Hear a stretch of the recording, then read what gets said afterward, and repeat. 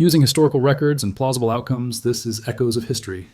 In July 1863, a single battle decided whether the American Civil War would move toward unity or begin drifting toward permanent division. That battle was Gettysburg. In our history, it ended in Union victory. But had it ended differently, the war would not have concluded quickly. It would have unraveled.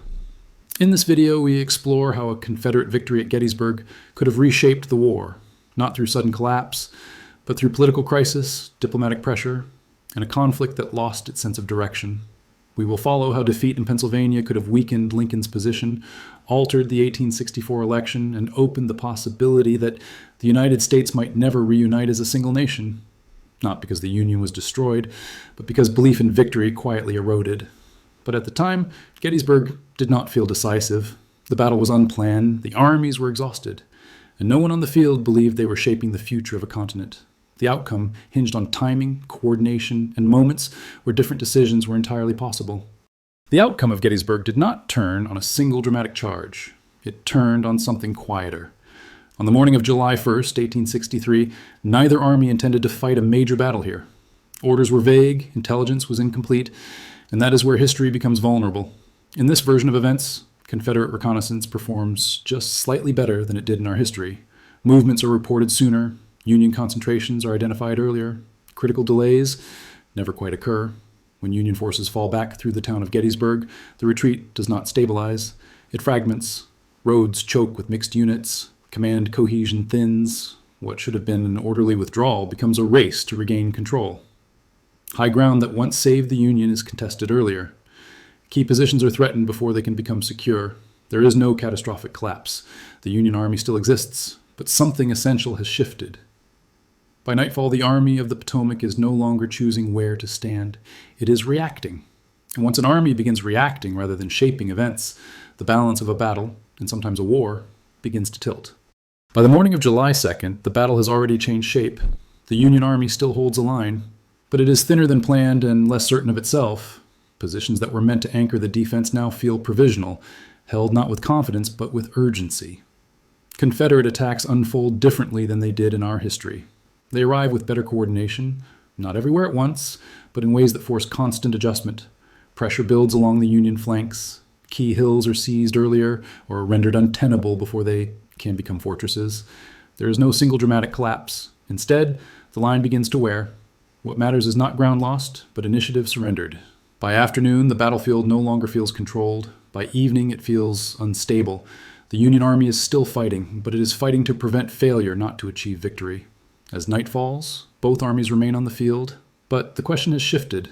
No longer whether the Union can hold Gettysburg, only whether it can recover control before the next decision is forced. And the most important decision of the battle has not yet been made. By the morning of July 3rd, both armies are still on the field. The Union line has not collapsed. But it is no longer secure. In our history, this day became defined by a single desperate assault, an attack that failed, and in failing, decided the battle. Here, that moment never comes.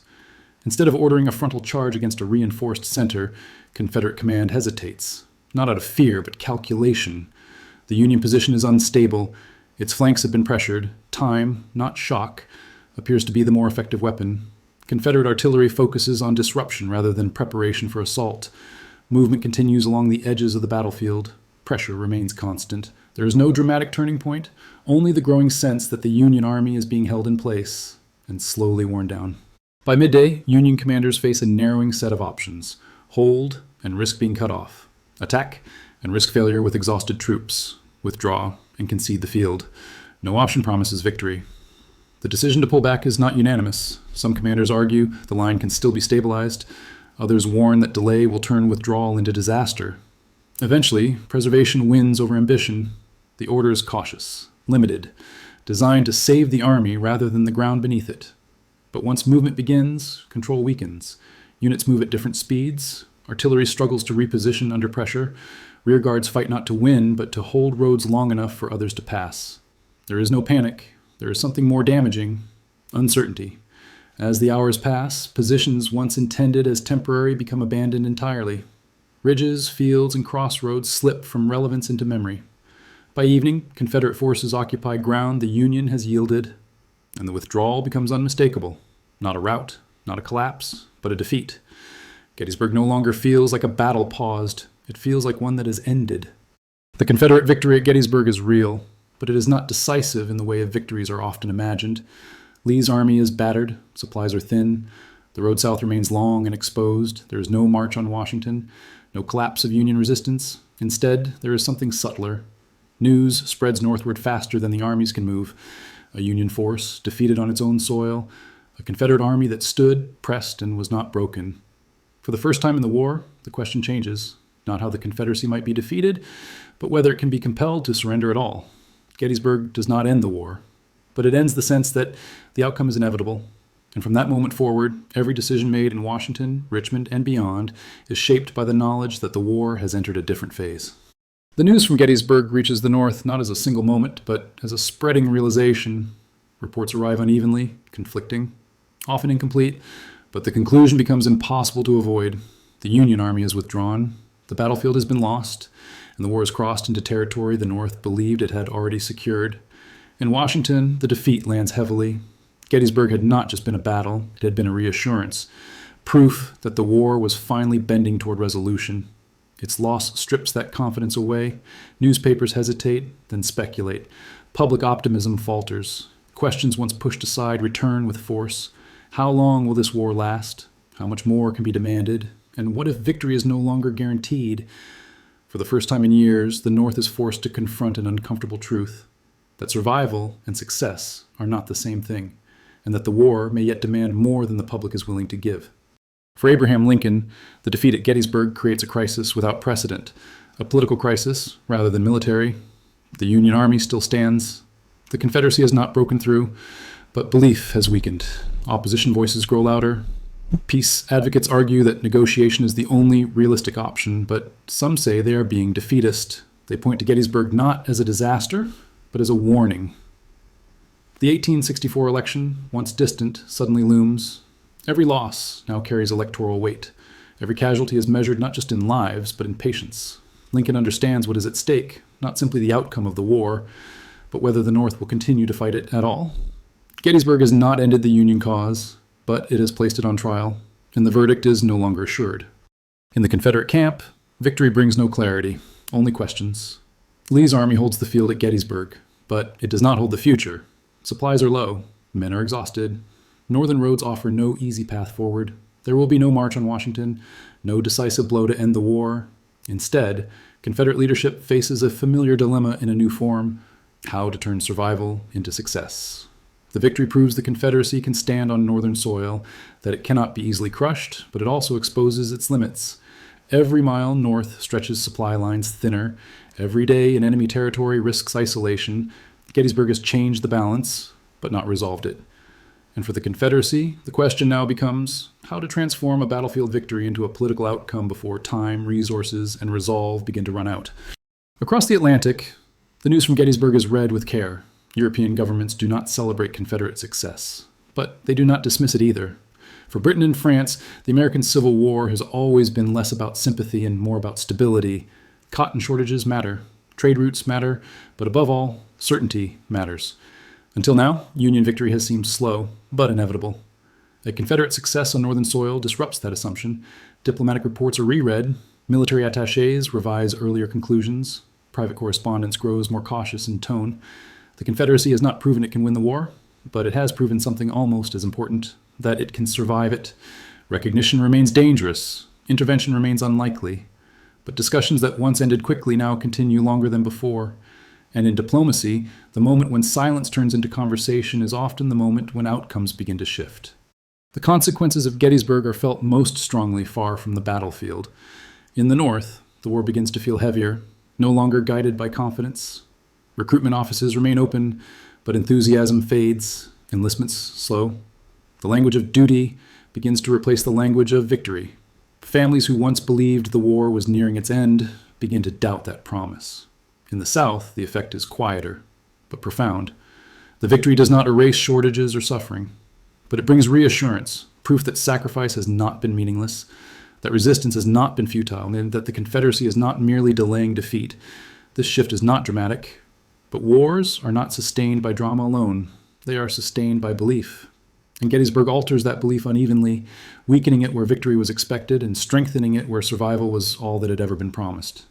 With neither side able to force a conclusion, the war settles into a new phase. Campaigns continue, battles are fought, but the tempo changes. The Union still possesses overwhelming advantages in industry, manpower, and logistics. The Confederacy still lacks the strength to destroy those advantages. What changes is momentum. Every offensive is now weighed against political cost. Every loss carries consequences beyond the battlefield. Commanders grow cautious. Governments grow sensitive. The war no longer feels like a march toward resolution. It feels like endurance, a contest not just of armies, but of patience, will, and credibility. Gettysburg stretches the Civil War rather than rewrite it. And in doing so, it ensures that whatever ending eventually comes will arrive later, harder, and with a far greater human and political cost than anyone had expected. By 1864, the American Civil War has entered its fourth year. The fighting continues, the armies endure, but the patience of the North is no longer assured. Gettysburg had once promised resolution. Its loss has left only continuation. As the presidential election approaches, the war becomes inseparable from politics. Opposition voices argue that victory may be unattainable, that negotiation is no longer weakness, but necessity. They do not claim the Union is defeated. They claim it is exhausted. Abraham Lincoln remains committed to the war's purpose, but his position is no longer unchallenged. Every casualty, every delay, every unanswered question weighs against him. The election becomes a referendum not on survival, but on how much more survival is worth. And for the first time, the future of the war rests in the hands of the voters rather than the battlefield. The idea of negotiation had never been absent from the war. It had simply been unacceptable. After Gettysburg, that changes. Not suddenly, not openly, but quietly. Talk of peace no longer implies surrender. It implies exhaustion. Informal channels open without announcement. Messages pass through intermediaries. Conditions are tested, then withdrawn. Each side approaches the idea with suspicion. The Union fears legitimizing secession. The Confederacy fears sacrificing the independence it has bled to preserve. Nothing moves quickly. Weeks stretch into months. Fighting continues, even as the possibility of settlement lingers in the background. But something fundamental has shifted. The war is no longer assumed to end only through total victory. Compromise, once unthinkable, becomes imaginable. And once that door opens, it never fully closes again. The end, when it comes, is not dramatic. There is no surrender ceremony, no single document that resolves the war. Instead, the conflict closes through agreement, exhaustion, and acceptance. Two governments emerge where one once stood. Borders are drawn cautiously. Armies stand down without celebration. Trade resumes slowly under watchful eyes. Peace does not bring clarity. The United States remains, diminished, divided, uncertain. The Confederacy survives, independent, constrained, and burdened by its own contradictions. Slavery does not end.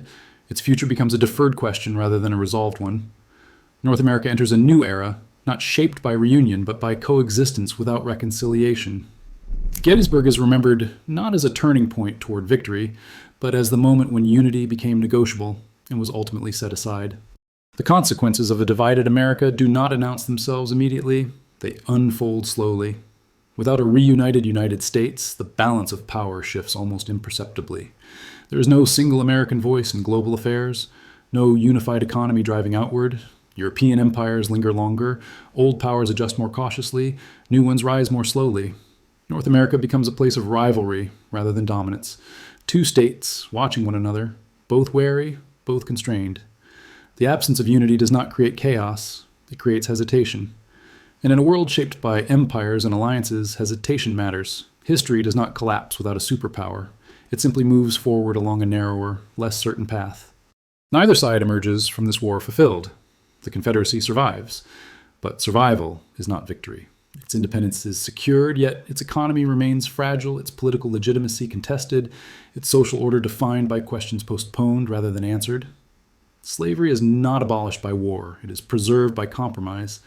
And preservation carries a cost, measured not only in suffering, but in the future, delayed by its continuation. The United States endures, but without reunion. Its industry remains powerful. Its institutions survive. Yet the moral authority that once came from victory is replaced by ambiguity. The war ends without clarity. No side claims the full meaning of sacrifice. No narrative fully justifies the loss. Gettysburg does not create a winner. It creates a balance, uneasy, incomplete, and shaped by what both sides failed to resolve. Today, the fields around Gettysburg are quiet. The hills remain. The roads still cross. The town endures. Nothing in the landscape announces what nearly changed here. In our history, Gettysburg became a symbol, proof that unity could be preserved through sacrifice. In this history, it becomes a reminder of something more fragile, that outcomes are not guaranteed, that even decisive moments can dissolve into uncertainty. Gettysburg is remembered not for what was achieved, but for what slipped beyond reach. A nation reunited, a reckoning completed, a future less divided. The echoes of Gettysburg do not endure because they are loud. They endure because they are unresolved, because history is shaped not only by the paths taken, but by those left behind. This is Echoes of History, not the story of what happened, but the stories that almost did.